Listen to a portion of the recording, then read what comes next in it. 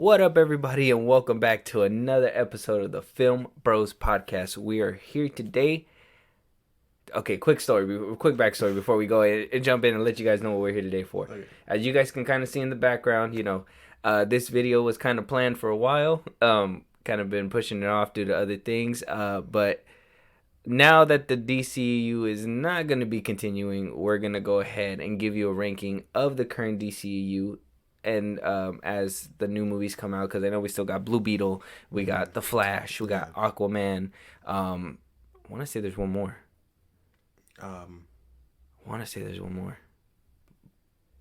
No, that's it. Flash, Blue Beetle, and Aquaman. Flash, Blue Beetle, Aquaman. No, Shazam. Shazam. Shazam. See, one more. So with those coming out, we will be giving our definitive rankings as those come out. As of right now, we know the DCEU has been officially done. We know that Cavill's out. Yeah. So we wanted to share with you guys our current ranking before those new movies come out, and we'll place those as time goes on. Mm-hmm. But for today, we're going to be giving you guys a complete DCEU or DCU, whatever you guys want to call it, ranking. And we're also going to include not only the theatrical version of Justice League, but also Zack Snyder's, because it's part of the DCEU. Yeah, we don't know which one's canon yet, but because of that reason, we're going to go ahead and add them both to the list. So in total, we got about 12 movies altogether. We're going to start off naming them down the list real quick. Mm-hmm. We're going to start off with Man of Steel, the one that kicked everything off in 2013. Rotten Tomatoes score was at a 56, and the audience score was at a 75%. It had Henry Cavill, Michael Shannon, Amy Adams. Zack Snyder was the director for this one. Kicked off the DCEU. According to IMDb, the box office was at a $668 million global total at the end of its box office run. Mm-hmm. Next up, we had the follow-up, which was BVS, Batman vs. Superman, Dawn of Justice. Had a Rotten Tomatoes score of 29%. A lot of critics didn't like it. Audience score of 63%. Had Henry Cavill, Ben Affleck, Jesse Eisenberg. Wound up making at the box office $873.6 million by the end of its box office run. And that one was also directed by Zack Snyder. Then we move on to the next project, which was Suicide Squad. The OG Suicide Squad, David Ayers. Had Will Smith, Margot Robbie, Jared Leto, Viola Davis. Rotten Tomatoes score was at a 26% with a 58 audience score, percentage audience score. The box office run by the end of it was at a $746.8 million win. You know what's funny to me is that they said that these movies didn't make money, but it just seems like it was gradually getting there. Yeah. But that's just one of my thinkings when it comes down to this whole DCU thing. Next up, we had Wonder Woman. Came out in 2017. Mm-hmm. Rotten Tomatoes score at 93%. Audience score of 83%. So it was really, this one was actually pretty good. Directed by Patty Jenkins. Had Gal Gadot, Chris Pine, other actors. It was mostly about them too throughout the movie. By the end of its box office run, it accumulated $821.8 million. So not that bad as well. Then we moved on to Justice League 2017. Now this one gave credits to Zack Snyder, but because it was a botched up mess, I'm going to give the credit to Joss Whedon for being the director for this one. Had Ben Affleck, Gal Gadot, Ezra Miller, Ray Fisher, Henry Cavill, Jason Momoa. We had the whole team for this one. Yeah. Rotten Tomatoes score was at a 39%. With a 68% audience score. By the end of its box office run, it made $657.9 million. Now, that one kind of slid down, but I want to say it was because of all the controversy and everything that was happening, and people already knew it was going to be a botched mess, kind of like the Suicide Squad was. Next movie we went to took a big hiatus, okay? Or not that big, actually. By the following year in 2018, we got Aquaman, their best performing movie under the DC umbrella, with a 65% Rotten Tomatoes score and a 73% audience score. Jason Momoa, Amber Heard, Patrick Wilson, William Dafoe, James Gunn was the director. Wound up making a whopping $1.148 billion by the end of its box office run. one of the most successful properties within this DC universe. Shazam 2019, Zachary Levi, Mark Strong, Asher Angel, the little boy that played Shazam, 90% Rotten Tomato score with an 82% audience score, directed by David F. Sandberg. By the end of its run, it made $366 million. So took a big dive after Aquaman. Took a really big dive. Was it a good movie? Yes, but kind of it didn't hold for whatever reason. Birds of Prey came out in 2020. That one was 79% Rotten Tomato score and a 78%. It had Margot Robbie, Rosie Perez, Mary Elizabeth Winstead. Directed by Kathy Yan. Oh, it also had Ewan McGregor as, if you guys don't remember, Ewan McGregor was in the DC universe. Yeah. That movie wound up making $201.9 million by the end of its box office run. And right after that, the follow-up, right after that one, we got Wonder Woman 1984. That one came out in 2020 as well. Got a Rotten Tomato score of 58% with an audience score of 73%. Wow, a lot more people liked it than what I thought it was going to be. Gal Gadot, Chris Pine, Pedro Pascal, directed by Patty Jenkins again, wound up making $164 million total box office by the end of its run. So these were both in 2020. I don't know if, could it have been because of the pandemic? Who knows? But didn't make the money back like it was supposed to. 2021, we also got Zack Snyder's Justice League. All the cast came back. It was Ben Affleck, Gal Gadot, Henry Cavill. Everybody was there. Got a 71% on Rotten Tomatoes and a 94% from the audience score. Directed by Zack Snyder. Now, this one is kind of weird because it went straight to streaming. As of right now, from the numbers that I've gathered, and I had to go to a few different places to gather it. There's different. If you guys want to do your research, do your research.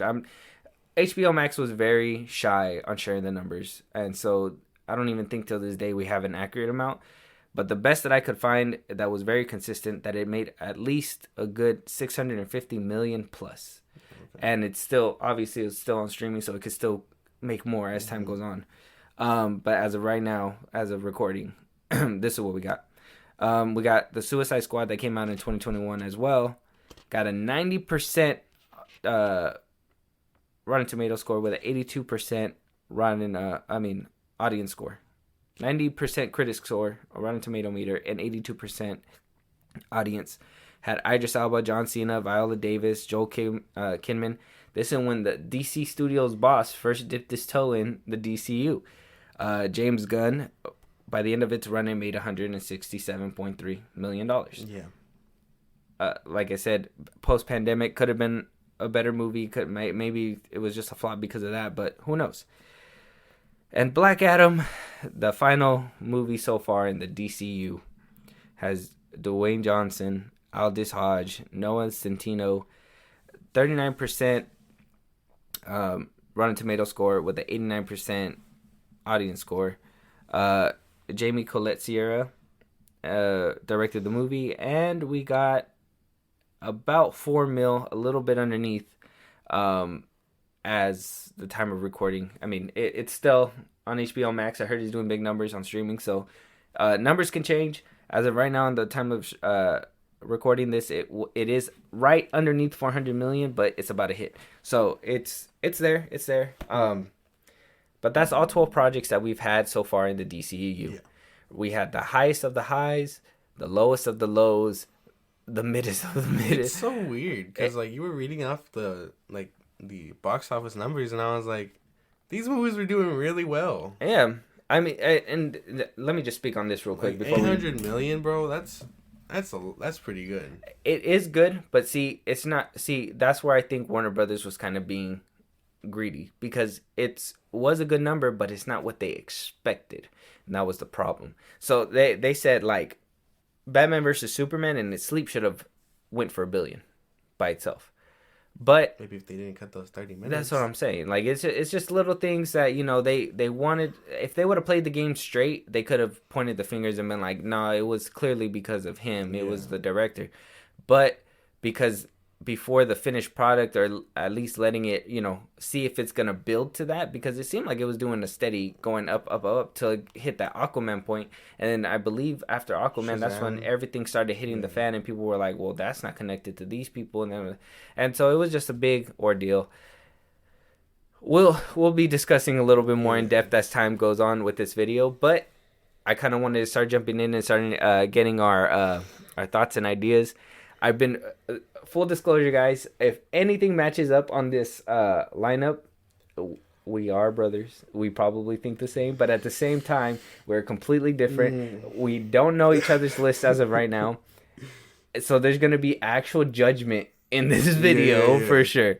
So with that, Josh, I want you to give me your number 12 spot. What is the lowest of the low, the worst the DCEU has put out as of right now? The worst?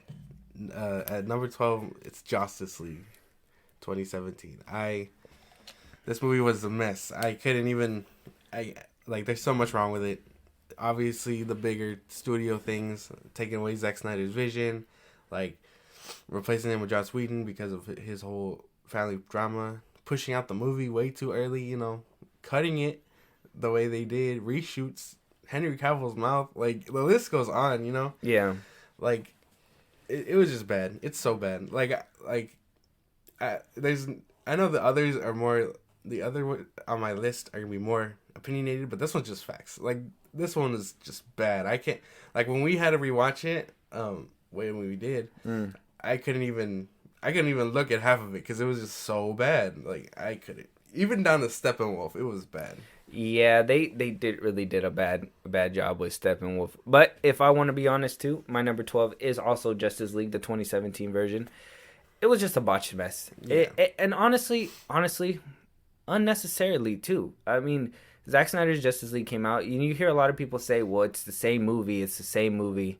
But if it's the same movie, why not just edit it down? You know what I mean? Why didn't they just get editors and remake?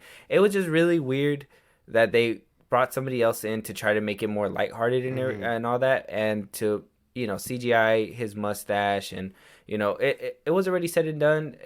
For them to have went back, spent all this money, and then at the end they still put out another product that a lot of people say is the same, just longer and more fleshed out. It really just speaks volumes of how misled and how Warner Brothers handled their business, because there's no reason, and anybody will tell you, the Zack Snyder's Justice League has to be superior. I don't even have to tell you. Obviously, it's on this list. It's going to be a lot higher than this one, but it just shows the lack of leadership that was happening in Warner Brothers. Yeah, the baseline is Justice League, because that shit was just terrible. I can't even... There's no redeeming qualities. Usually I'd be like, okay, yeah, it's bad, but this, the only thing, if I wanted to be nice, the only thing is the little end credit scene where the two are about to race, Superman and Flash. That's it. That's the only redeeming thing. I can find that clip on YouTube, and that's it. I don't have to rewatch the whole movie for that. I think, and a lot of people said, I'll give it a nice thing too, because it wasn't all bad. I think a good shining moment was with the Flash, even though he was completely different from Zack Snyder's Justice League. He still embodied that playful, he was us, in my opinion, the Batcave and doing all this stuff. He was us, and I really liked his version. The whole, I'd never done battle, I just pushed people and ran away. I mean, it's true, because that's what they showed us in the one clip. He never really fought anybody or did anything crazy. He would just help out whenever it's needed and, be on his way. So, I mean, there was a lot of stuff that I could nitpick, but at least with the Ezra Miller part, I can't really get mad at it with that movie. But everything else, down to Steppenwolf's design, to just the way that they edited and cut it, that "Do you bleed" line was just so stupid. I can't say that I will never watch this movie again, because I mean, it does have somewhat of rewatch value, but Zack Snyder's Justice League just basically made it obsolete. Nobody's gonna be like Zack Snyder's or Justice League. If they want a more condensed, stupid version, they're obviously gonna go for the Justice League. But that's all. I mean, that's all the praises that movie's gonna get for me. I mean, it's number 12, so lowest of the low, dirt of the dirt. But what is your grade for it? Yeah, no, this movie was bad. I'm giving it like a. I'm gonna give it a 1. 1 out of 10. This movie was bad. Oh, completely down there. Yeah. Oh wow. Oh, I'm gonna give it a little fair, a little bit more fairish. I give it a 4. Though it was a bad movie, it wasn't. Like I said, there was a little shining moments. One thing that a lot of people like to say is that Superman felt happy and like happy Superman in this one, and I kind of felt that. I kind of felt like he was more happy in this one, a little bit more, a little too much in my opinion, because it kind of felt more campy than anything. And I know Superman's supposed to be kind of campy, but so I hated it because the CGI mustache is so distracting, but his performance as Superman was really good in that one as well. And Ezra Miller's Flash, it like I said, it shined a little bit. I will say, here's one thing, and hot take, I'll die on this hill. I do like the opening credits for Justice League. That song that plays that everybody knows, and like the disarray that was happening in the beginning of the movie and everything, it just, I will say, out of all that movie, I would say the opening credits had really had me. Like, if I could rewatch the movie and just watch the opening credits and be like, okay, I'm done. Like, I would do that. Like, it was really it's over good. now. Yeah, so I have to give it at least a 4. I can't put it all the way down there. It did have some redeeming qualities, but not a lot. All right. Not a lot. I guess that's fair. Okay, so with that, we're gonna move on to number 11. Josh, what is your number 11 pick? My number 11 is Wonder Woman 84. I couldn't really. This movie wasn't for me. I mean, I liked the first one, but this one just, I don't know. It didn't feel too good to watch. Like the CGI was weird. I thought that the story was weird, and like I think it's only higher than Justice League because, well, I like Pedro Pascal, and then I liked. I don't know. I'm a sucker for like their little romance, Steve Trevor and Wonder Woman's, because I liked it so much in the first one. Okay. So seeing them come back and then her having to say goodbye, I'm still like, damn, that kind of sucks. But I didn't really like most of it, like CGI. I didn't like that they kind of shoehorned in Cheetah. I feel like she could have been her own villain, Yeah. But she was just like a side villain to me. I don't know why they put her in there, but like I don't know. But I like that this one was like a little more colorful and stuff. I think it just deserves number 11 for those things. I don't know. Well, my number 11, I'm right with you. Wonder Woman 84 has to be the second. I could say and take a straight jab at the whole consent thing that everybody was, picking at, but I'm not going to do that. What I'm going to say is that though it was colorful, it was not the Wonder Woman I was expecting. Yeah. She was... you get to a point where you're like, well, he was, you were in love with him for so long. Steve Trevor, obviously, you were in love with him for so long, but at this point, and we can't even like get into the plot holes because supposedly she was hiding for like 20 years, but yet she was still fighting crime in the 80s. You know what I'm saying? So there's a lot of plot holes, and that whole thing with Steve Trevor bringing him back, I honestly thought it was a stupid idea to even have brought him back. Pedro Pascal was a shining star in that movie.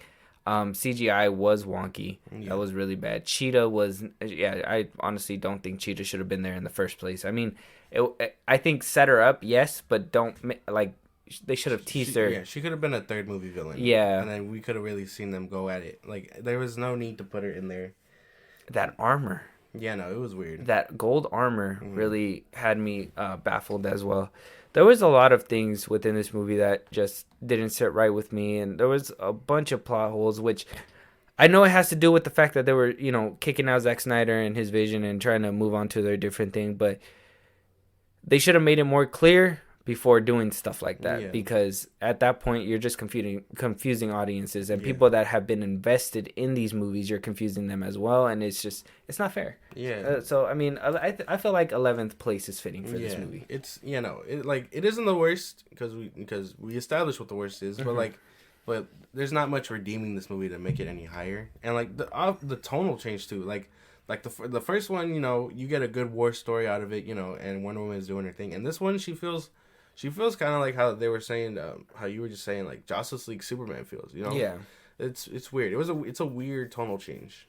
Yeah, it's a different movie. I mean, I heard some people say that it's good, but honestly, I mean, audience score don't lie. It did do. Let me double check it real quick.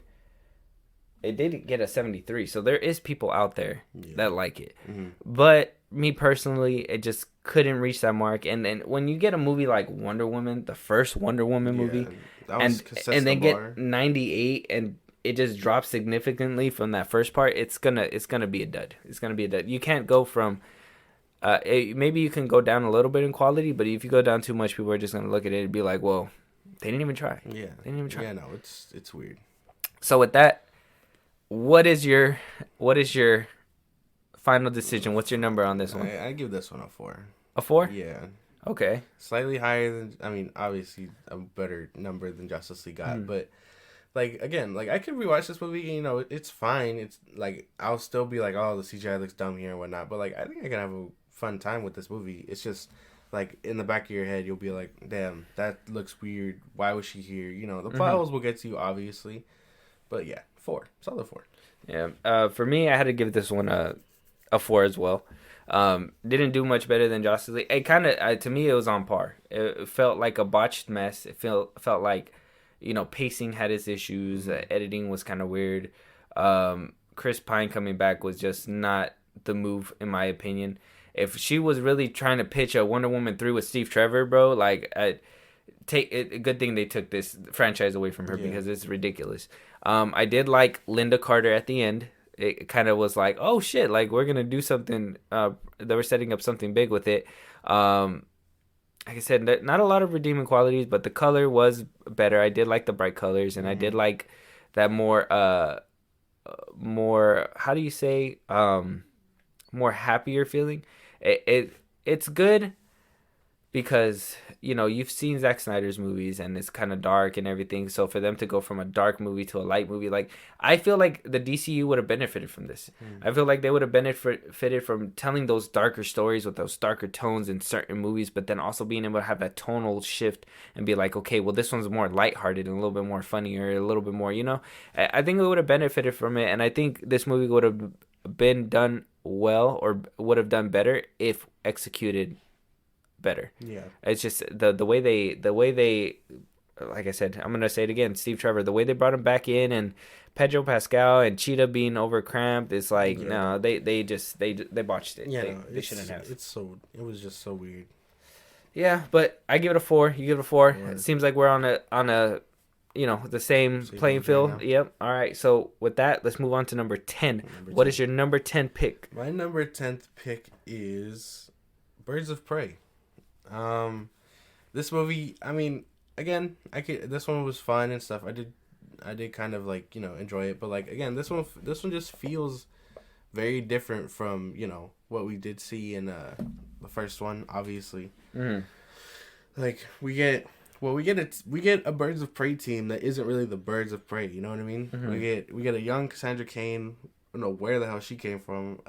We get Black Canary, who's supposed to be getting her own solo thing whenever that happens. Probably not gonna happen anymore.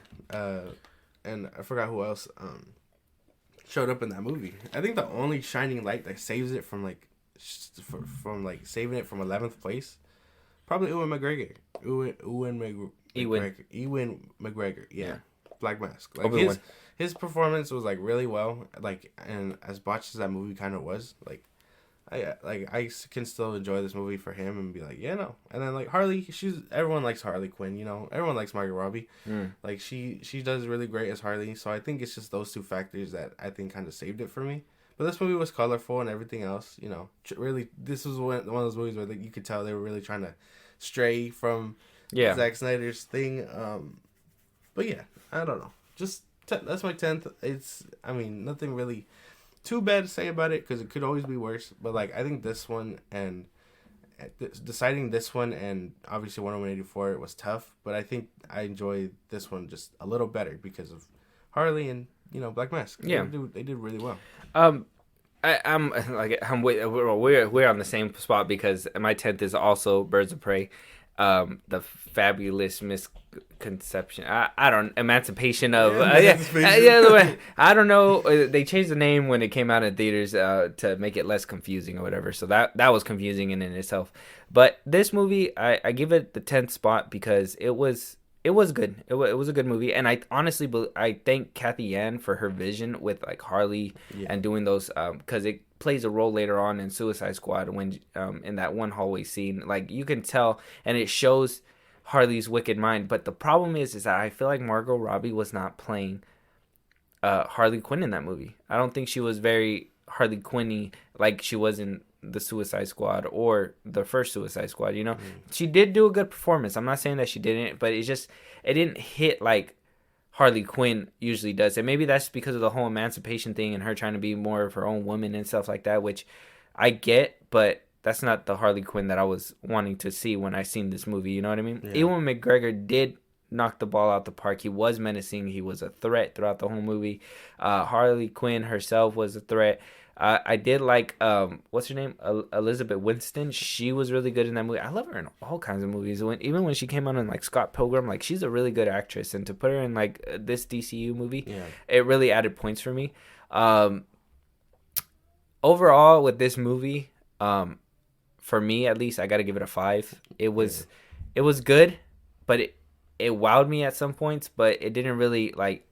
For me, it didn't really do anything for the story or the DCU moving forward. That's besides, emancipation for Harley Quinn, which, to be honest, I kind of feel like they did it a little too soon. I mean, I don't know if we would have gotten a couple more movies with the Joker, but they're trying to push out Jared Leto's Joker as well and not make him canon. Isn't that right? But but this movie, solid 5. It wasn't the worst, it wasn't the best, but it's a good watchable movie, and I can watch it again. That's why it's enjoyable to a certain point, and I think a lot of these movies you'll find out over the list. I think they're just enjoyable. Like a lot of them aren't pushing the story forward, but I think there are a lot of like action flicks that you can just turn on and be like, Yeah. But yeah, of course. I give this one like a 5. Solid 5 too. There's nothing too much wrong with it. Nothing too good with it either. It's an average movie. So just the direction that they went with Harley Quinn should have. If they were planning to do something like that, great, but at least show that struggle of her leaving him, and But for them to just be like, oh, she broke up with him off screen, it was just it didn't do it for me. Yeah, because like even in the comics, I know I'm going on a little tangent, but even in the comics, like when she breaks up with him, she brutally beats his ass. You know what I mean? Like if we would have seen that, I would have had no problem. Yeah. She declares that it's over, and then she like literally beats the shit out of him. It's the craziest shit. But I don't know. I feel this movie could have benefited from something like that, not just an off screen. Oh hey, yeah, they broke up. She blew up Arkham Asylum or whatever. Yeah, and I think as we go down this list, you'll notice as the ones that are more at the bottom, I kind of feel had the most studio interference with WB and them trying to move from, the vision that was first set in the beginning when Man of Steel first came out. And I think it really hurts them. This is not as being Zack Snyder fans or being Snyderverse, whatever. It's true. All these movies were hurt because they couldn't follow a singular vision like they wanted to. Yeah. And a lot of the like you said, if you watch these movies by themselves, they're good flicks. Yeah. They're pretty good. But as an whole overall arcing story and trying to piece it together, it's not doing too well. Yeah. And I think that's a lot of the reason why these movies hurt. If we want to do them on their own merits, I mean, we could probably do that. If you guys want to see reviews of certain movies of the DCU specifically, go ahead and leave us a comment on FilmBros podcast, and we'll do those as well. But they would have benefited individually a lot better, but because we got to take into account as the overarching story and the whole DCU, it hurts. It hurts them. Yeah, no, it does hurt them. And like again, on its own, I'm sure this movie can just stand, but like in the overarch of things and how this list is gonna just gradually get, to our tops. This one just has to fall, 10th place. Unfortunately. But you gave it a 5. I gave it a 5. It's mid. It's a good movie. Just not the movie we're expecting. Yeah. But with that, let's move on to number 9. What is your number 9 pick? Damn, I feel like this is where it's going to get a little bumpy now. Yeah. My number 9th pick, The Suicide Squad. The Suicide Squad? James Gunn Suicide Squad. James Gunn Suicide Yeah. Squad? Yeah. Holy shit. Okay, go. I need to hear. Okay. So ever since this movie came out, Yeah. I have been very conflicted with it.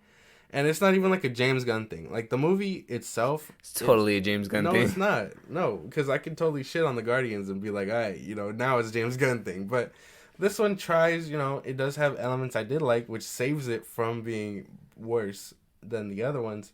Like I did like King Shark.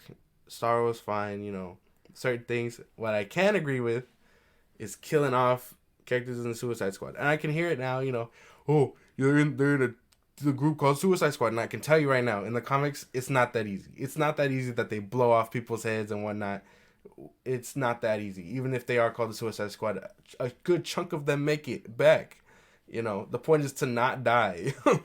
Well, the thing about that movie, and I give it to you, is that they were, and this is where it's going to hurt them, is that they were doing exactly that. They were trying to stray from the original vision that happened. So what's the best way to do that? Get rid of the characters that really didn't do much in the first one. Yeah, and I did like King Shark and Starro. What I don't really like, I don't really like Peacemaker. I'll say right out of the gate, I don't really like his character. John Cena does fine, and I'll give him chops for like acting that role. But I just can't. I can't vibe with the character. Rick Flag was another good standing point for me. He did really good in this one. His character actually did feel more fleshed out and stuff. So seeing him kind of die was kind of like another like fuck. They're getting rid of everyone, what I mean? They just couldn't get rid of him soon because then they'd be like, oh, you're getting rid of everybody, So they kind of like gave us hope and then they killed him. I don't really... Okay, Bloodsport for me, it's a real double-edged sword for me. Like I like Idris Elba as an actor. He did really like good with what he has. But I just felt his story was too similar to Deadshot's. Yeah, of course. At one point, I think they said Idris Elba was supposed to replace Will Smith at Deadshot, and then they were like, no, there's too much uproar. We don't want to do that, and they just made him Bloodsport. Like I don't know. They should have worked something out with Will Smith and just brought him back because I would have preferred seeing Deadshot do something else. And one thing I want to point out, he was in the movie. Idris Elba was like, when he goes to Peacemaker, he was like. And I just did a rewatch of this movie, so it's really funny to me. He goes, "Oh, a Peacemaker, he does exactly what I do," and it was like, "Well, Deadshot does exactly what you do too," So I think DC just got a problem with how many people do the same exact shit. Yeah. So I don't really like him. It's like I'm very torn, half and half. Ratcatcher was cool. I liked her story. She was nice. I loved. Did you not love seeing Taika Waititi as her father? Hell no. What do you call it? We got a different version of the Thinker for some reason. We got Polka Dot Man for some reason. I didn't really like his character. I found him kind of annoying. I thought he was funny. Like when it was like, that's your mom, and then he dies. I was like, really? That was pretty bad. Come on, bro. That was funny. I was just like, bro. Harley, another good. She stands out. You're too serious. Harley did stand out in this one. Damn. For this one, I didn't really like what they did with Amanda Waller. They kind of made it feel like she wasn't as menacing as she was in the first one, or even in like Black Adam when she shows up. She didn't feel that seriousness, and then they were able to knock her out, and then she just get up like nothing happened. No repercussions. Well, nothing. They threw him into a TV show. Well, yeah, they threw him into a spin-off series, but again, she wouldn't do that. She'd fucking fire him. You know what I mean? Yeah, you would think because the hammer would have been much harder on them. Yeah, because in the first Suicide Squad, she literally obliterated her whole team because it was classified. So yeah, I gotta see you on that one. So she just obviously felt way more different, and like this one is just conflicting ideals because I could totally be like, yeah, it's James Gunn thing, and they're pushing out the DC, but like story wise, it just doesn't do it for me. No, I don't know. Damn. Can't be more wrong. But I'll give you your opinion. That one, this is our number 8, correct? Our number 8. So my number, it's our number 9 actually. So my number 9 has to be Suicide Squad. Not the Suicide Squad. David Ayers. David Ayers Suicide Squad. Now, the reason why I say that one, and that I thought you were gonna give James Gunn a little bit higher on this one, but no. The reason why I say David Ayer Suicide Squad is because it was another botched mess from Warner Brothers. Unfortunately, we did not get the full fleshed out story, and especially from what we've seen from David Ayer online and everything, it just shows you how different this movie was. How robbed he was. Yeah. So I mean, honestly, I love the villain, the girl that plays Carol or Everline, or I forgot what her. Yeah, Enchantress. Yeah, I forgot her real actress name. But I did like her in that movie. Even though the CGI was kind of weird, and Joel Kinnaman was really good in that one. Rick Flag, and it just seemed like it just suffered from that botchedness from Justice League. The same thing. Like, you can tell things were taken out. You can tell the Joker wasn't, a prominent figure like he was in the trailers. His presence was there, but it wasn't really felt. It kind of felt like he was just there just to be there, just to be like, oh, Joker and Harley in the same movie. Yeah. The soundtrack was stupid. The music was so dumb, and it you couldn't sit there. We'll do a rewatch of this movie maybe later, but you can't sit there for a few minutes without a new song coming up that had totally nothing to do with, because music's supposed to be playing when you feel something, and it just seemed like they threw music in there just to make it more fun and pop and whatever and blah blah blah, and that was really distracting throughout the movie. The ending itself was kind of, man, I wish we would have seen a little bit more Batfleck. I did like the interconnectiveness because I kind of feel like this movie did help with that. Batfleck in there, Ezra Miller was in there for a brief moment. It seemed like there was so much going good, but because of the what happened behind the scenes, it just seemed like it didn't hit us hard. And so that's why I got to put it at my 9th. It just didn't do what I wanted it to do. And as much as, even though it connected with the original vision, it still felt separated. And that's something that I just couldn't get over.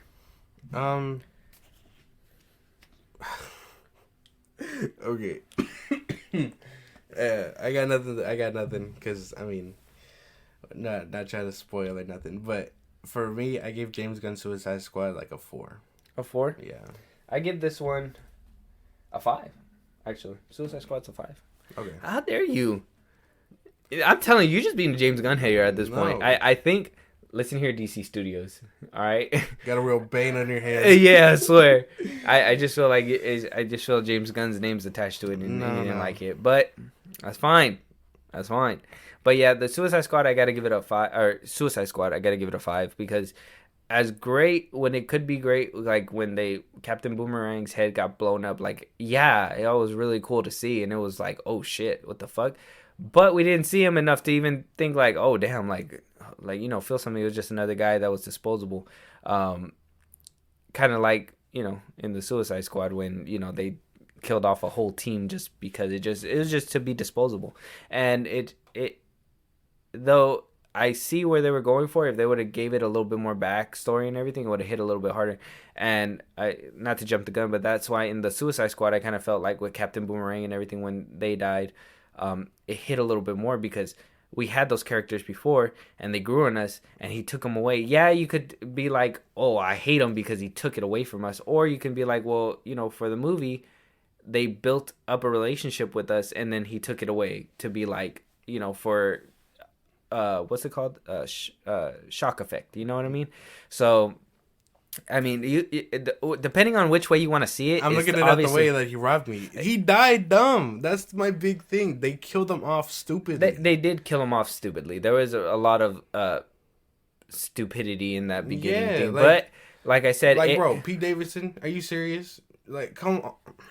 Before I get... Pete Davidson wasn't even that bad. Look, I just think you're just hating at this point. You're mad at it. But, if you're very passionate about it, then you have to have your reasons for it. No. And it's not working out. Yeah, no. Number 8. We're not fighting on camera for you guys, okay? Number 8. We're moving on. Number 8. Okay, number 8. So, what's your number 8? David Ayer, Suicide Squad. Oh, what? Back to back. Okay. Yeah. Okay.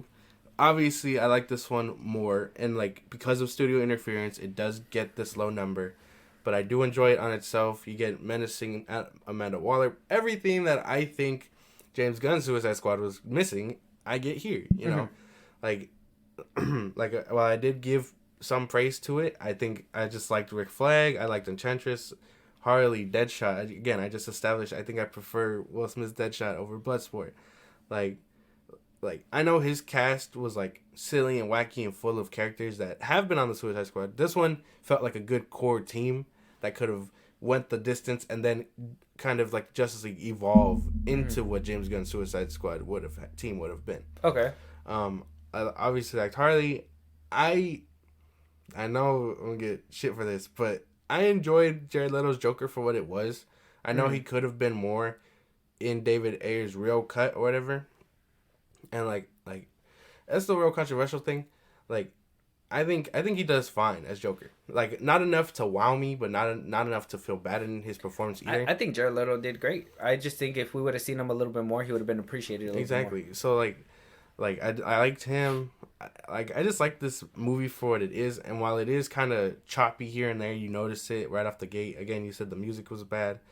Like a lot of the music though, you can tell they paid a lot of money for who was in it. Like they got Panic at the Disco, they got 21 Pilots, they got Logic, Lil Wayne. You know, like so I think they were trying to use it to the best of their advantage because they paid for it. You know? Exactly. So like I just think I can rewatch this movie, you know, and just while it is a mess, I can still enjoy it. I like real quick to the thing, you know.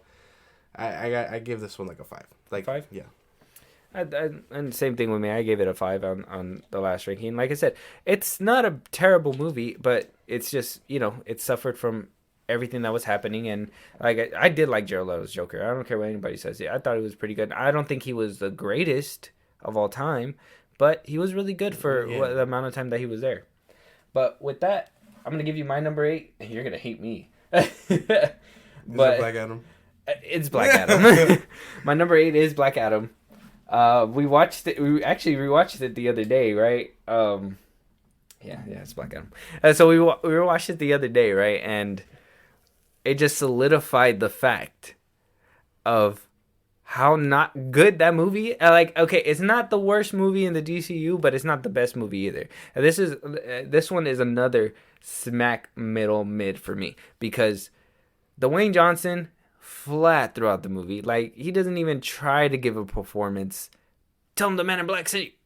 Tell him the Man in Black. Like, it's like, okay, we get the trope. A lot of different tropes throughout the movie that I told you I was going to point out, but it was the first time rewatching it, so I kind of just wanted to let you sit and watch it on your own, see if you can see what I was seeing the first time. Next time I'm going to nitpick it. I'm going to let you see.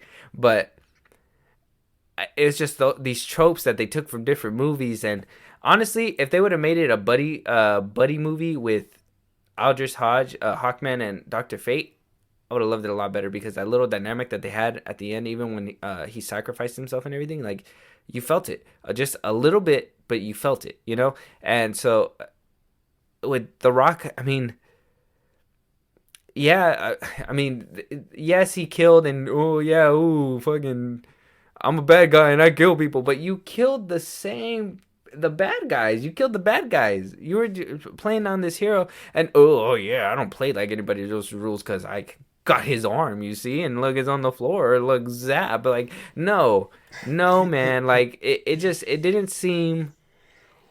And that little kid, man. So watching it a second time, it really shows me how that little kid annoyed the shit out of me throughout that whole movie. And it was just why they put him in there was ridiculous. I did like the big dude with the glasses. He was really funny when he was like, so I'm gonna die. He's like, just stay away from electricity. He's like, but I'm an electrician. And then he goes into battle. He's like, I'm not dying today. I die by electricity. Like, bro, you think you're invincible now? Like, okay, so there was some funny things, but there was some really, really, really not great things in that movie. It was just really like whatever. And then for them to try to set up this whole plot twist that they gave away in the trailer in the first place, I told you this the first time we seen it. They gave away the plot twist at the beginning. when they were marketing for this movie, and then for them to even go ahead and put The Rock's face side profile and try to be like, "Oh, it's sneaky. You don't know who he is." It's clearly The Rock's head CGI on a tiny person's body.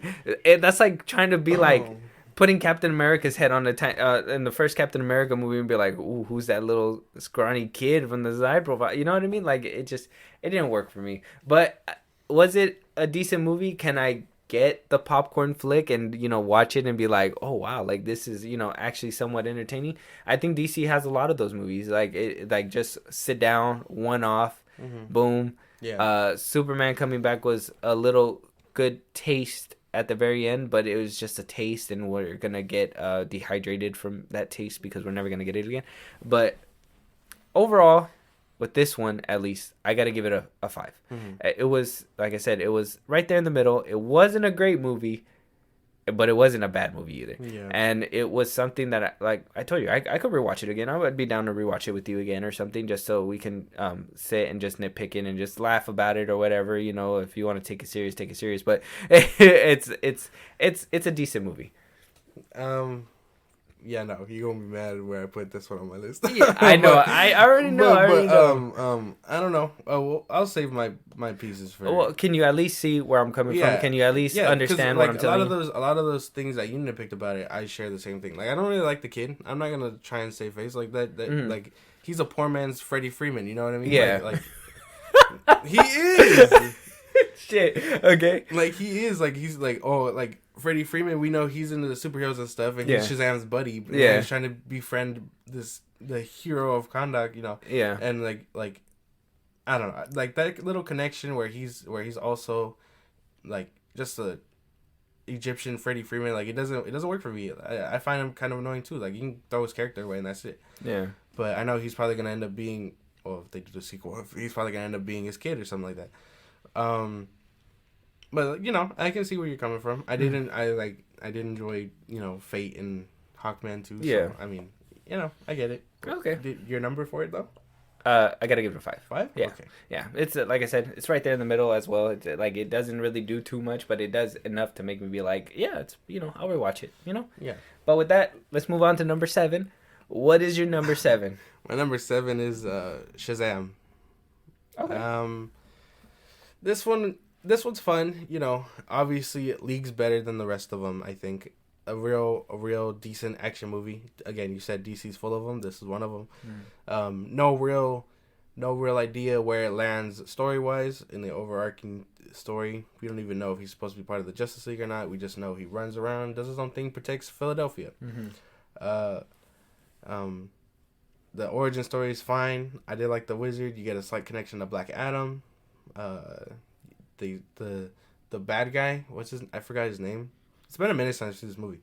The bad guy's that's really cool. He's really menacing. The deadly sins really show up and show out, because that whole scene when they're in the office room, and then like he has them like kill everyone in it and then throws his dad out the window, like that scene feels so, like, it was good, but it felt so disconnected from the rest of the movie, Yeah. So, and like, I think it just really solidified that he's a very serious dude,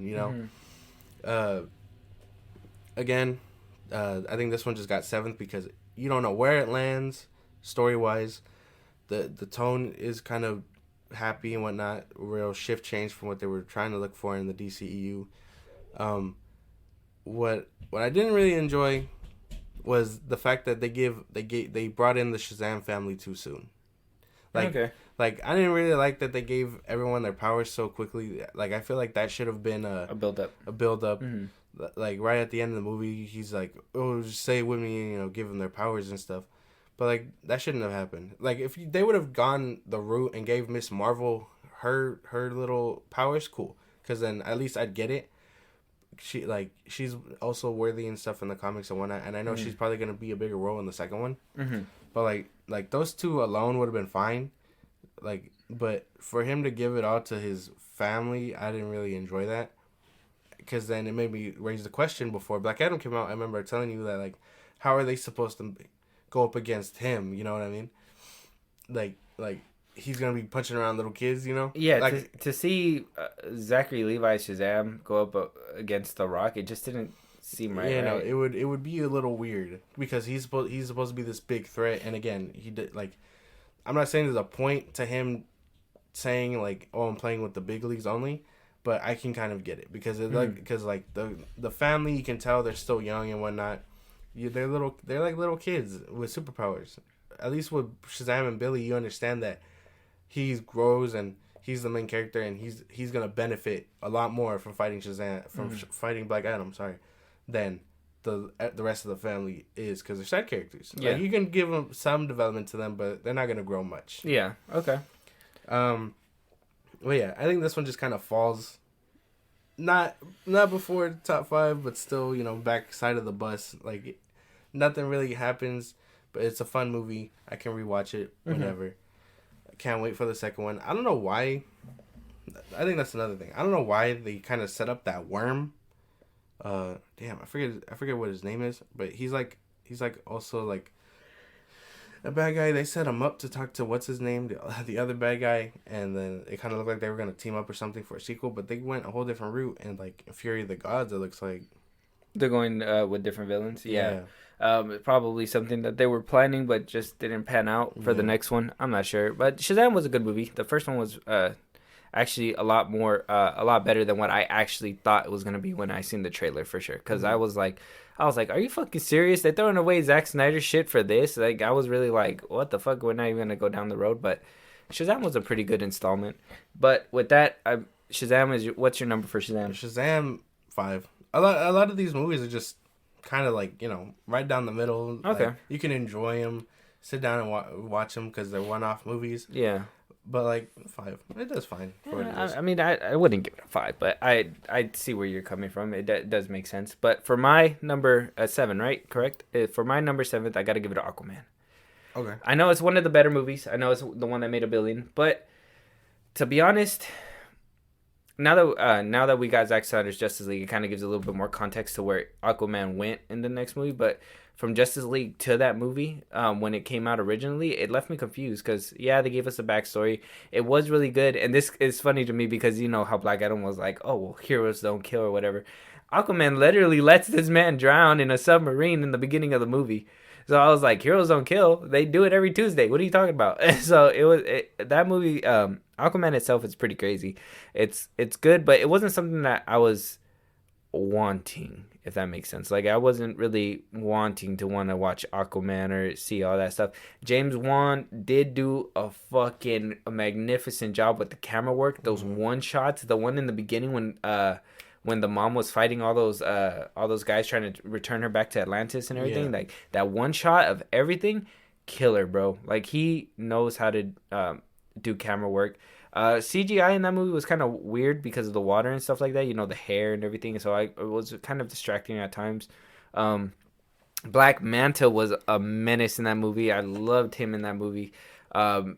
Like I said, what's his name? Abdul Mahin the Third. Like, he's really, like, I always, like I say to this day, and I will always say, like, he is a great actor, a phenomenal actor, and he puts, even though he did say it's clown work, all right, fucking asshole, like, he does put a good effort into that role and into his roles.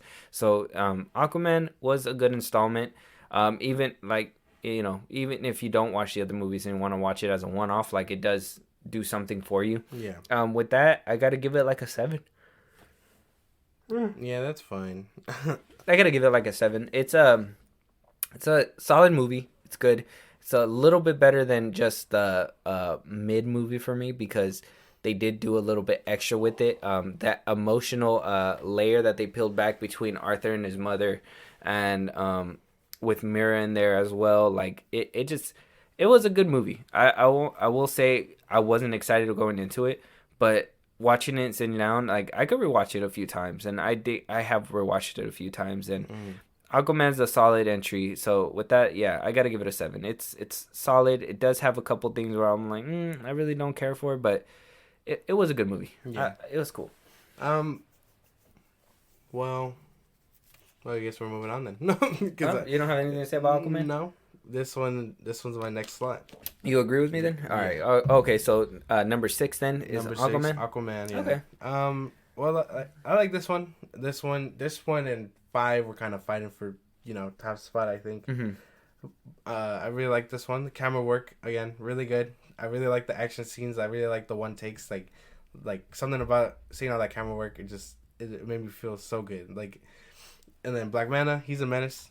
Probably the first menace we've seen since after Justice League, right? Mm-hmm. Yeah. Not even. Yeah. So like it does really good. You see, Boba Fett. Yeah. He does his thing. Boba Fett. Not Boba Fett, but the actor. What's his name? Yeah, Tamara Morrison. Yeah, Tamara Morrison. This movie I don't know. I just really like it. I liked it a lot better than Shazam because Shazam didn't really have any of those flair qualities. This one has a lot of like framework, camera work, action, and then the scarier elements would be like what are those creatures called when they get into that part of the ocean? Oh yeah, those monsters. I don't know. Yeah, and then we get to see that big ass monster that they were talking about, the one that he was riding on or whatever. Yeah, at the very end. Yeah, and then you get to see that he was worthy, or I say worthy like Thor, but like he's worthy to wield. It's basically Thor underwater. To be king of the oceans and whatnot. Mm-hmm. And then he gets his place on the throne. Like this movie, like the origin is all the same. They did animate something like this one, and it's a lot of just him finding his place in Atlantis and the world dwellers, whatever they call them. Just a really good movie. A lot better than what I was expecting, but I think this one and 5 can be interchangeable depending on how I feel about them. Okay. But I give this one 7. 7? 7, almost 8, like around there, 7.5. Okay. Well, this one, I mean, I know you say, because we're on 6, right? So I know you say 6 and 5. Well, 6 and 7 for me could be interchangeable. This one, for number 6 for me is Shazam.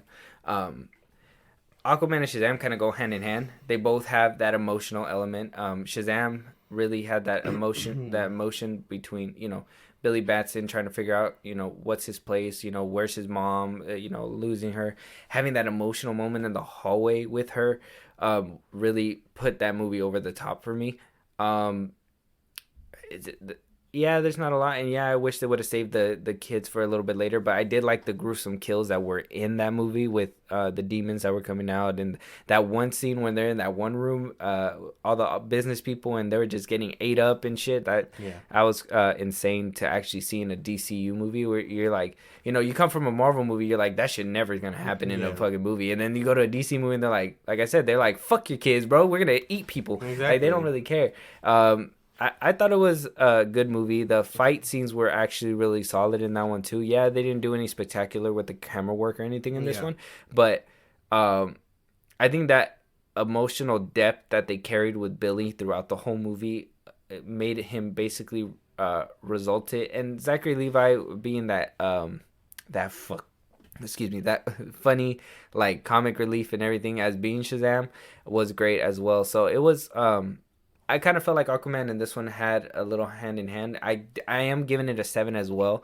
I don't think it's better than Aquaman, but I do think that there's a little bit more that you can see with this one, with Shazam, that kind of makes you be like, oh, well, it's a little bit superior movie. Yeah. The only reason why I gotta put James Wan back one, like Aquaman at least, because, like I said, I never wanted to go to Atlantis. I didn't care. I didn't care for Aquaman, and I didn't care to even, watch the movie. But it did wow me, so I will put it a high where it respectively needs to go. But Shazam kind of did it for me a little bit better.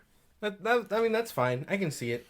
Like, again, this one, Black Adam, Aquaman, like they're just action flicks that you can sit down and watch. So, like wherever you put them in line, like, you could change them. Yeah. Because, it could just happen on a whim. Like, one day you could be just rewatching the movies and be like, oh, no, I think I like this one better than this one and that one, Yeah, I feel like them two are kind of neck and neck. I kind of, 100%. But they did do, like, it's just crazy. Like, you can watch these movies as a one-off and just be like, hey, like, this is a good action flick. But as an overall story, to have to put that into, it suffers. You got to put it into consideration. It does hurt. Even that Superman cameo at the very end of the Shazam too, like, that shit was just Terrible. stupid, dumb. Like, it was ridiculous. And I read into the backstory of all that stuff, and it's stupid to me. But with that, we're gonna wrap that part up. And before we move on to our top five, is there anything that you have to say about my ranking so far? No, not really. I can understand most of it. I know you want to say something to me about Suicide Squad, though, or the Suicide Squad. 100%. That, and also hearing that Black Adam's not even is above the top 5 it got me a little bit worried on how the ranking. The Suicide Squad, though, I think you did put it a little too low. I do believe it should be a little bit higher. I might be your personal feelings in the mix of this one, but Suicide Squad, I kind of feel like it performed a little bit better than what you're saying it is. Well, but like, I mean, it does have its drawbacks, though. 100%. Yeah, that's like it does, and like it's not like, if I could just be like, okay, take James Gunn's name out of it, I still don't like what I don't like about it. I don't like Bloodsport. I don't like Peacemaker. I'm not vibing with half of the Suicide Squad, and they're the people I'm watching. So like if it isn't Harley, King Shark, Amanda Waller at some points, I'm not really vibing with this movie. I didn't really like Polka Dot Man. I found him kind of annoying. It just. You didn't like I don't know. You didn't like Schmidt. He's the who is he again? Oh no, that's not his name. Melvin. You like Melvin? Who is that? I totally forgot who that is. You didn't know who he was with us the whole time. It's that dude. It was funny. That scene itself just kills me every time I watch it. When he's like, who's Melvin? The driver. He's still with us. What put me off when I first seen this movie, because I watched it when it pretty much dropped, maybe like a day after the fact, because I was worried about what they do, and then they did it, and my suspicions were correct. So I don't like how they killed off everybody. Like right out the gate, Weasel, he made Weasel so his brother could play him. You know what I mean? Mm-hmm. Which I can respect. Bring your brother in, give him some bag. He actually played 2 roles in that movie. But really, a Weasel. And then he drowns. Come on, bro. And then... Oh, he technically survived. Okay, well, and then... Calendar Man. You fucking pussy. I was like, dude, why? Actually, yeah, that was kind of funny. I'm not gonna deny that. That was funny. He's like, where can I book you for my kid's birthday party, you fucking pussy? Yeah. But, you know what I mean? It's small things like that. But, in the beginning where, he kills them off, and they die so dumb. The chick... The chick fucking lands on a... chopper. The chopper falls. She's swinging on it. She dies. The blades clip. I will say the whole beginning is a mess. The way they kill him off, it's so dumb, and I didn't vibe with it. And then once I seen it happen, I was like, well, I am not gonna vibe with this movie. No, I 100%. I agree with you. I agree with you with some stuff. I'm not gonna say I do respect your positioning on it, but I don't agree with it 100%. But the one I really don't agree with is Black Adam. But we're gonna go ahead and start cracking our top 5, because I really want to know where you put Black Adam in all this. What is your number 5 slot? Black Adam. Okay. So it did crack top 5, but just that barely. That's what I'm saying. This one, Aquaman and Shazam could be fighting for all of it. You know what I mean? Okay. So this one on Aquaman, I did say it's tough because what Aquaman has is camera work, and decent story and whatnot. What Black Adam has, I think I just enjoy quite a bit more. Because while I did I like The Rock in some aspects of it. He might have been very static throughout most of it and stuff. But I think what saves him is his dynamic with the chick. I forget her name. The love interest. Mm. Well, I say love interest, but she wasn't really. Well, they weren't really falling in love. Yeah, but she was supposed to be that girl. Didn't really like the Freddie Freeman, poor man's Freddie Freeman. I like the dude with the glasses. He was funny. The bad guy was all right. I know the whole plot was to throw Black Adam away, and then it just led up to Sabak. Sabak was cool for a final boss. Mm. Amanda Waller in this one felt like how I said she does, very menacing, very menacing. Very fuck you, listen, get in line type shit. But I do think that they kind of fucked up by putting hardcore in there and delivering it for it. Because I was just about to get there. Oh, my bad. Yeah, like her being there kind of just felt weird. Like I don't think she's doing anything other than managing Peacemaker to get her in that role. Because again, if the hammer was any stronger, she would have been fired. You know? Yeah.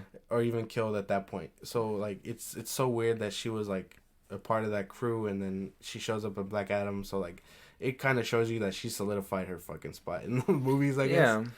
I felt like with that it would have done a little bit better if Amanda Waller was actually there to, you know, take the prisoner swap and, you know, make that presence. Because for her to just be on screen both times in the movie, and then for Hardcore to come out and be like, oh, I do her dirty work when it's time to, you know what I mean? Yeah, it could probably fit into Brand, but it would have made it more compelling. It would have been a lot better if she was the one taking Black Adam. Like we did a lot of trouble to get you, boy. Like I'm here to see you get your shit personally. Yeah, you know? and that post credit scene would have hit a lot more harder if that would have happened as well. It would have been like, oh well, what the fuck? We just brought you here and now you're back in Kahndaq. All right, well stay there, you know. Yeah, and so what do you call it? Oh, sorry. So, like, I like the action, and what saves this one really well after a rewatch, it might have not been Black Adam himself, but Dr. Fate, Hawkman, and the Atom and what is her name? Cyclone, yes. They save it. Top 5 don't even know the names, bro. Top 5 don't even know the names. They get sidetracked a lot, but like they do well for what they're in, and then like they do really well. And then Dr. Fate, I just really liked a lot of his acting, obviously, and then his fight scene with Sabak was also pretty great. And then he dies, and he's the hero in the end because he sacrificed himself, and Hawkman gets to use his helmet and everything like that. It was a cool little like action scene. Top 5, and again, it could be interchangeable with Aquaman at any time. And what's your rating for it? After the solid rewatch, it fights. I give it like a 7.5. It fights between 7 and 8, I think, but 7.5. 7.5, just down the middle. Yeah, just to get it and put it there. That's good. My top 5, my number 5. Has to be Wonder Woman. Really? Wonder Woman, yes. Wow. I loved the movie. It was great. Ares as a villain was pretty good. The plot twist really did get me because I didn't know it was gonna be that the white dude that it wound up being at the end of the movie. I honestly thought it was the general the whole time. This one I kind of felt like it. This is the one where they did the MCU formula where they had a whole movie and then just had to have a big CGI fight at the very end. And it sucks because, I mean, if you know the backstory of this one, and maybe it kind of plays into a factor, but if you know the backstory, it was supposed to end differently. But there was a bunch of, there was reshoots for the third act because they didn't want it to end that way. So they basically did a Marvel handbook and turned it into a big CGI fight. I didn't know that. Yeah, so it you could tell it kind of hurt the movie because it was doing really well. The pacing was great, everything was amazing, and then when it hit that last end, I was just like, damn, like, you know, it was good, but it could have been better in my opinion. Other than that, Gal Gadot did a great job. Chris Pine, the continuity in that movie was great. With the picture that they took. Seeing Ben Affleck in there in the beginning for a brief moment, but you know, it like I said, the connectivity for me makes a big difference, and this movie just had all of it, and it did really well with the actors and everything that, you know, what it had at the moment. And to be honest, I think it's one of the first DCU movies that was actually a success. You know, everybody loved it. You know, box office was great. Critics loved it. Audiences loved it. Like, it checked all the boxes. So it did really great for what it was. But for the number, I'm giving it a solid 8. I think it was a good movie. Okay. It was great. It was good. Yeah, the last bit hiccuped. There was not really any pacing issues. The villains were really great. It's just that Ares at the very end that kind of just really hit me for a loop, and really, it didn't really sit right with me. And knowing the behind the scenes to it and everything plays a factor in my decision. So, I mean, if you guys never heard of it, then maybe it's higher on your list. Maybe it's lower. Maybe it's probably not playing a factor in there, but I gotta give it a solid 8. Wonder Woman, solid 8. It was good. It was a good movie. That's cool. I get that. As for like Ares, I think it would have benefited more if he just, after his reveal, he doesn't remain that human. You know what I mean? Mm-hmm. Like he doesn't remain the British guy.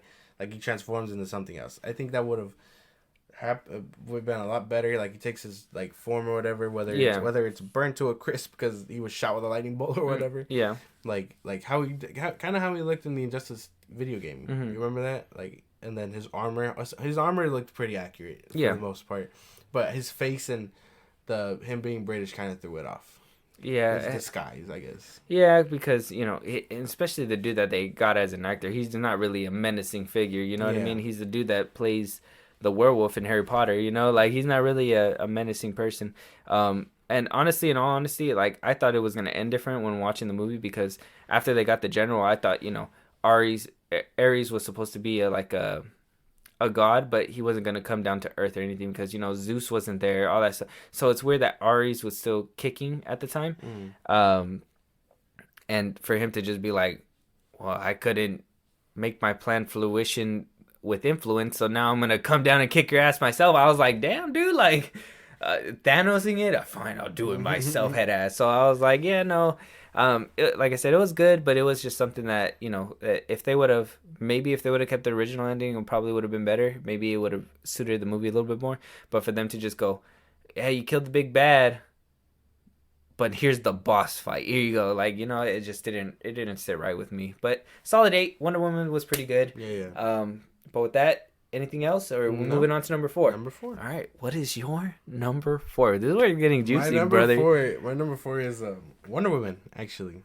Oh, okay. I like this one leagues above Black Adam. This one is really good. Like so much better than the other ones, obviously, because I did put it at number 4, and it's way better than the second one. I like the action, the story. Like I said, I love Steve Trevor and Wonder Woman's dynamic in this one. I like that he's the one showing her the ropes and stuff, and then he's the one that brought her into the real world, just like the comics. So it all works out. Showed her the first penis. Well, yeah, that too. I just really like this one. The action too. I really enjoyed a lot of the action scenes, like the trench scene where she's walking, blocking all the bullets and stuff, and like being that hope that the world at the time needed. Yeah. She led that little battle, and then she celebrates with them, gets into the romance with Steve Trevor. Again, I really liked it. And then they rip your heart out because he has to die. I remember crying when I first seen it. Yeah, that was really sad. I seen it in theaters too, and I seen him go up there, and I was like, oh. And I thought he was gonna come back, somehow, some way, but. Not the way we were expecting in '84, I'll tell you. And she couldn't even hear him when he said like his goodbye and all that. So yeah, it made me cry when I seen it. I was like, damn, that sucks. As everything, I just really enjoyed it. I like that this one has Zack Snyder's influence more than the other ones did. This one, it shares the tone, action, and it does have some comedy in it. Mm-hmm. A real nice balance, I guess, because it doesn't feel too funny because it is a war. But it doesn't feel the lack of funny. Yeah, no, of course. I think it was a well-made movie. I like the bandits, or the team of bandits, that they bring together, I guess. Mm-hmm. The picture, the interconnectedness. Again, I really enjoyed it. It's one of those things that the earlier DCEU shared before it decided to break away. Mm-hmm. I just think this one is just really good. Like I said, the only complaint is like Ares. I think if he would have just changed forms into been this like muscular dude or something like that, it would have been a lot bigger of a fight. But he was just a normal. It just to me felt like a normal guy with superpowers, because of the actor. I think, and that's where it falls short. He would have been fine if he was the mastermind, I guess, like you said. Yeah. And then like they kill him, and then they're like, oh dang, the plan's foiled. But I think War having a very physical body, and pulling the instruments is also a fun idea. It just didn't work out too well because the actor isn't, Yeah, he doesn't fit that role in my opinion. Like I give this one like an. I would have literally gave him that pass if all he was doing was pulling the strings and everything. But yeah, for him to suit up and be like, like I said, Thanos didn't be like, I'm doing it myself. It was kind of out of the woodwork for me. Yeah. But what was your number 4? 8. An 8? Yeah, Okay. I really like this one. No, same as me. Solid 8 for sure. All right, so my number 4. Yeah, you're gonna hate me. The Suicide Squad. I had to put it top 5. It's one of the better DCU movies in my opinion. Yeah, it had the interconnectedness with the old characters. Harley was there. Yeah, they kind of diverted away from the original Suicide Squad, but honestly, this one is what I told you when it comes down to villains. Like, I want to see villains killing people. If you're a villain in a movie, you need to have no remorse to do that. To do whatever you need to do to handle that problem. You know what I mean? And I think that's where they kind of hurt in Peacemaker. I know like it's not really like, we're not rating that one, but in Peacemaker, John Cena was an evil guy, but like not doing evil shit as he did in the Suicide Squad. Mm-hmm.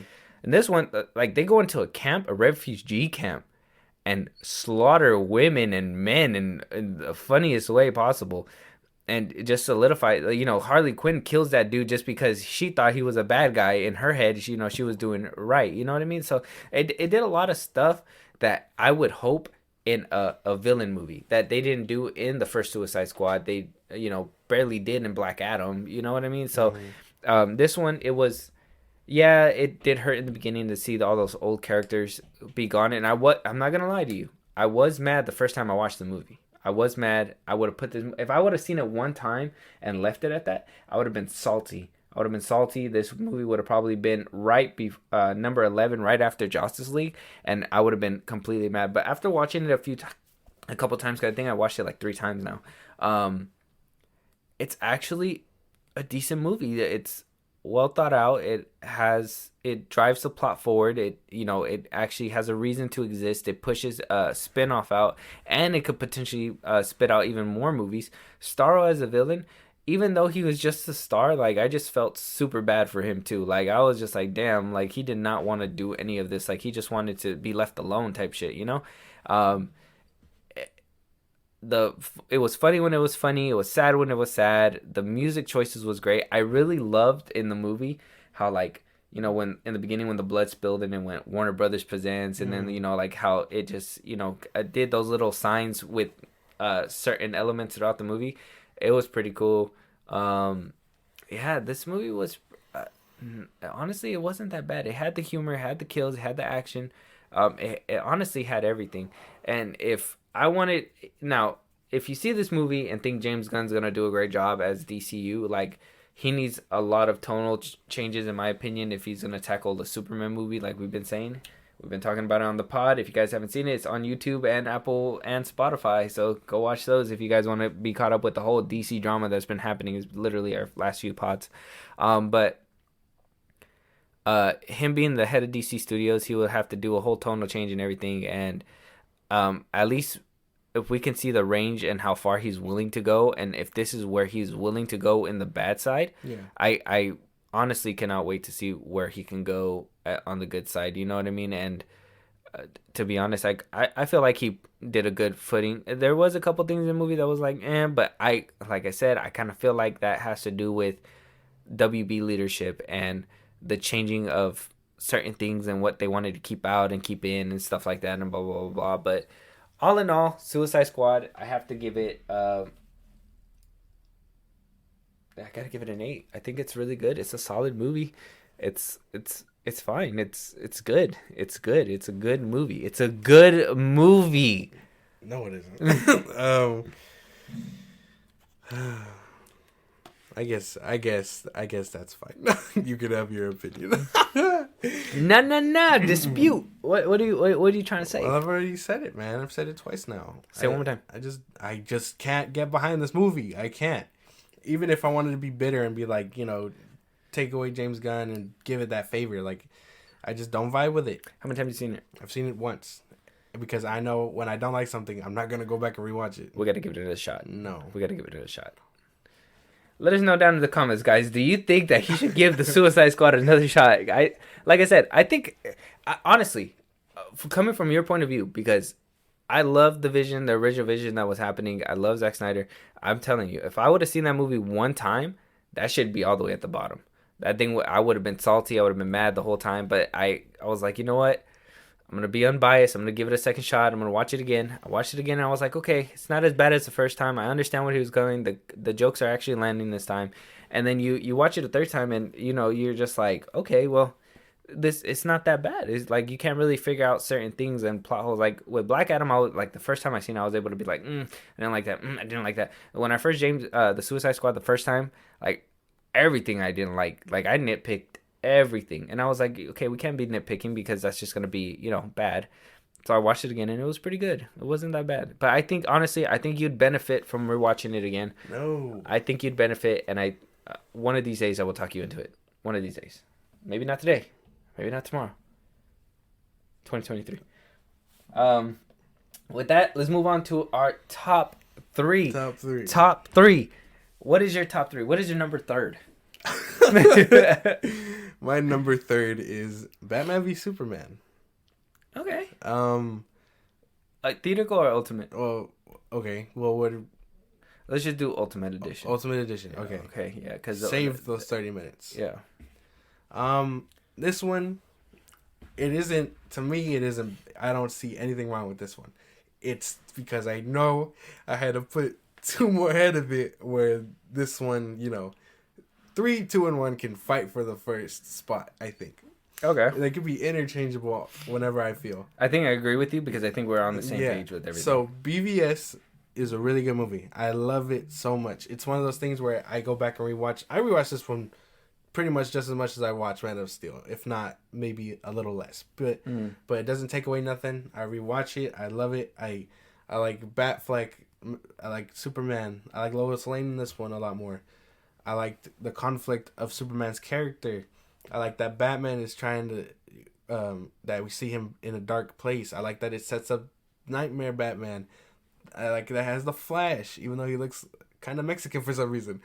I love Lex Luthor. This Lex Luthor, man, like I can tell, like I've told you before, like this Lex Luthor and the Lex Luthor from Superman Returns, like they go right there. And then third place, I give it to the one from Smallville. Yeah. But this one, like, is Jesse, right? That's his name. Yeah. Like his Lex Luthor, man, I loved it. I know people will be like, "Oh, he should have been Riddler." This and that. Like, no, that doesn't work out. I think he played a great Lex. Yeah, Luthor. He does really great as Lex Luthor. I know it's probably down the line, but I like that. Was it in Justice League when he shows up and he's like, "Oh, we should form a league of our own" or whatever with Slade. I liked him there. Like, I just really liked his Lex Luthor. He really planned everything out and whatnot. I like Doomsday, even though he's not the official Doomsday. I liked him. I like the Abomination, I guess you can call him. Yeah. He does really good. The action, the set piece, Superman's death. While early, I understand why they did it. The world was I'm gonna explain it for y'all. The world was in conflict with his character. They some loved him, some didn't like him. He was controversial. He died. It took him dying to see what they missed about him. You never know what you have till it's gone. Exactly. So, while early, I still liked that he died, and then it sets way for Zack Snyder's Justice League where Steppenwolf comes in and he's like, no lanterns, no Kryptonians. I'm gonna take Earth, and then it sets up the Justice League or Zack Snyder's Justice League. Like, this one has zero complaints for me, I think. Yeah, because it's just so good. I can't. And what number do you give this one? This one, 8.5. 8.5. 8.5. Okay, so no complaints, but you put it at an 8.5. Yeah, I have to be fair. Okay, makes sense. My third is the same. BVS Ultimate Edition, and I'll be honest, it is an 8.5 for me as well. But I'm gonna tell you why I give it an 8.5. Okay. Because as well as it is, maybe you can articulate it for me. Yeah, as great as it is, and it's a great movie. It's really good, especially the Ultimate Edition with the extra 30 minutes. Like, you need that context for it. Yeah. But one thing that I did think is that it was overbloated. I do believe that they wanted to build up a cinematic universe, and you could tell Zach kind of wanted to do it in certain increments. And I think he even came out one time and said that Batman versus Superman, it wasn't even supposed to be called that. It was supposed to be called something different to, set it up in a different way. But they wanted it to, for them to have conflict and, that it was going to sell tickets. So he did what he had to do with what the time that he had. Like I said, having to put To me, I thought it was kind of dumb to be like, oh, you know, Lex Luthor just has all these files of all these people. But at the end of the day, I was like, okay, well, he has something to set up. So, you know, he has to write it in there some way, somehow. Yeah. And if, you know, if Lex Luthor is doing the research and Batman just stole the information, you know, it kind of makes sense.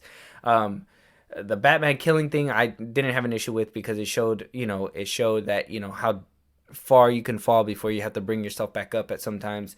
And, you know, if, you know, the thing about this movie for me is that it connects well with Zack Snyder's Justice League. It's all three, Man of Steel to BVS to Zack Snyder's Justice League, it connects 100% well. Yeah. Like if you watch those movies, like there's not a lot missing besides a lot of that Warner Brothers interference in BVS that you can tell happened because they wanted to set up this big universe for themselves. Jesse Eisenberg was a fucking shining star in that movie. Ezra Miller was you know, for the little bit of time that he was there. Aquaman in the little file too. Gal Gadot, you know, she was pretty good in that movie. At the final scene, the final fight when they were fighting Doomsday, that shit was great. It didn't feel like it was just another CGI battle or anything like that. It felt like it was a setup. Like this was supposed to happen. Lex was trying to stop you. I didn't like how they had to keep saying, oh, there's nobody, because in Man of Steel, a lot of the backlash was, oh, Superman killed a lot of people in the city, whatever. So they had to keep saying, no, the lot is empty. There's nobody in the building. Like, if you notice, if you rewatch it, you'll notice they say it quite a bit where they're like, oh, yeah, it's empty.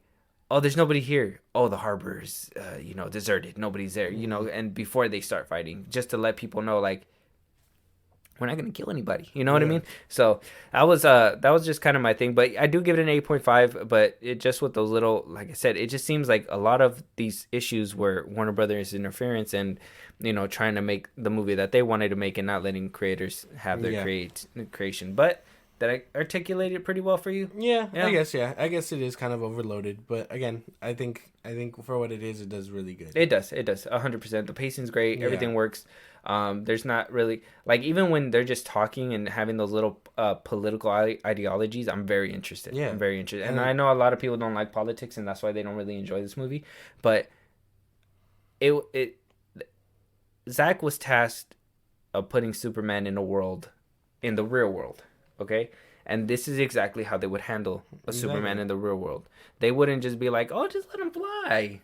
No, government don't care. Yeah, Government don't care. No, government are scared. The governments are scared of what they don't know. They'd want to regulate him. Yeah, they'd want answers for certain things.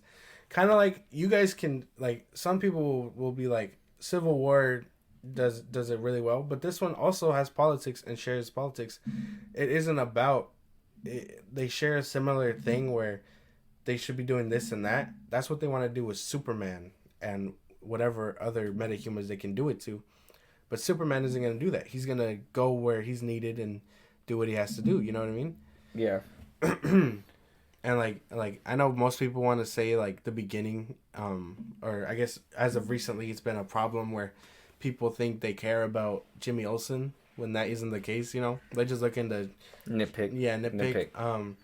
And that whole beginning scene where he's like, "Oh, Superman killed that guy," you can see right before he grabs him and throws him in a wall, where he turns his back and protects him from the wall. Exactly. So like it's dumb nitpicking things like that where you just gotta look at the people and be like, wow, you're just hating just to hate at that point. The devil's in the details, and that's the thing that people don't want to look at the details. They just want to, nitpick and ignore certain things, and that's fine. It's not a big deal. I think Zack Snyder was onto something when he first started, and I think if we would have seen his full vision fruition, I think that's why we're in a bad spot in DC. I feel like we would have seen it happen if you guys would have been patient a little bit, then we would have seen something different. Yeah. But number 2 spot, we're there. What is your number 2? Go ahead. My number 2 spot is Zack Snyder's Justice League. Like I said, this one, BVS, and my first slot can interchange at any time. Or maybe not my first, but second and 3 can change anytime. I really like this one. Obviously, I like that it's more fleshed out. I like that it's Zack Snyder's original cut, because that was my whole thing. That was my whole thing when campaigning. Way back when. I know people were like, "Oh, it doesn't exist," but Zack Snyder was like, "It exists. Trust me, it exists." And then like, I just like that his vision came to be outside of the story. In this actual story, I like that it all does its part. I like that Cyborg had a bigger role. I like the Flash scenes, like when he saves Iris. You know, that whole scene. I rewatched that scene a lot just because it's so good. Like, Yeah. He's Flash. I don't know what complaints they give him, but I really like the Flash in it. Wonder Woman does her thing. Obviously, Batfleck and Superman. Wow. Oops. The Batfleck, Superman coming back. Superman in the black suit. Steppenwolf is a lot better in this one. His design, he's a menace. Whatever. I like that the Amazons or Amazonians, whatever you want to call them, they shine a bit too when trying to protect the Mother Box. Atlantis, you know, they do their thing in protecting the Mother Box. Like this movie, it's the pinnacle of Zack Snyder's whole vision that we get to see it. And I know we probably won't get to see the next couple of ones or installments, but for what it is, this one just does it perfectly. Yeah, and you know, a lot of people can make the argument like it's the same movie. It is. It is. Why did Warner Brothers do all this debacle and all this shit just for nothing? It is the same movie with elements taken out. I mean, that Barry Allen scene at the very end, why even take out that scene?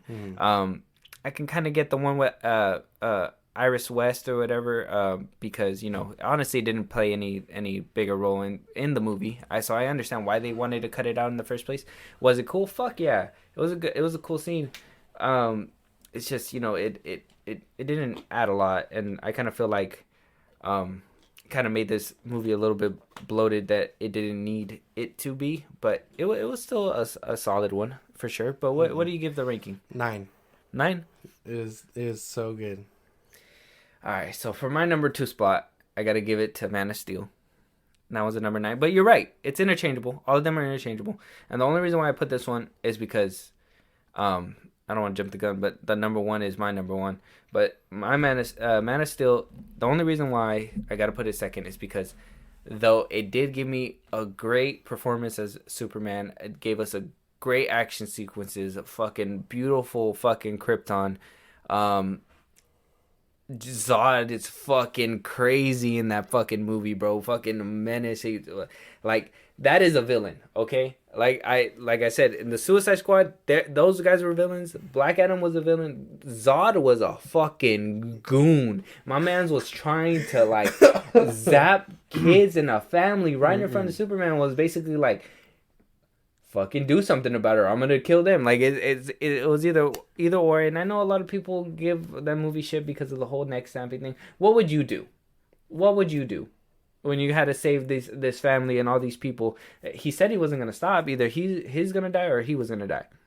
So if Henry Cavill would have died, Superman, Zod would have just taken over the world. Exactly. And I was telling you the other day, like, if we would have had a cohesive story and we would have gotten to that point where, like, kind of like what Marvel's doing and hit a what if we had a DCU what if Zod won, bro, no more Earth.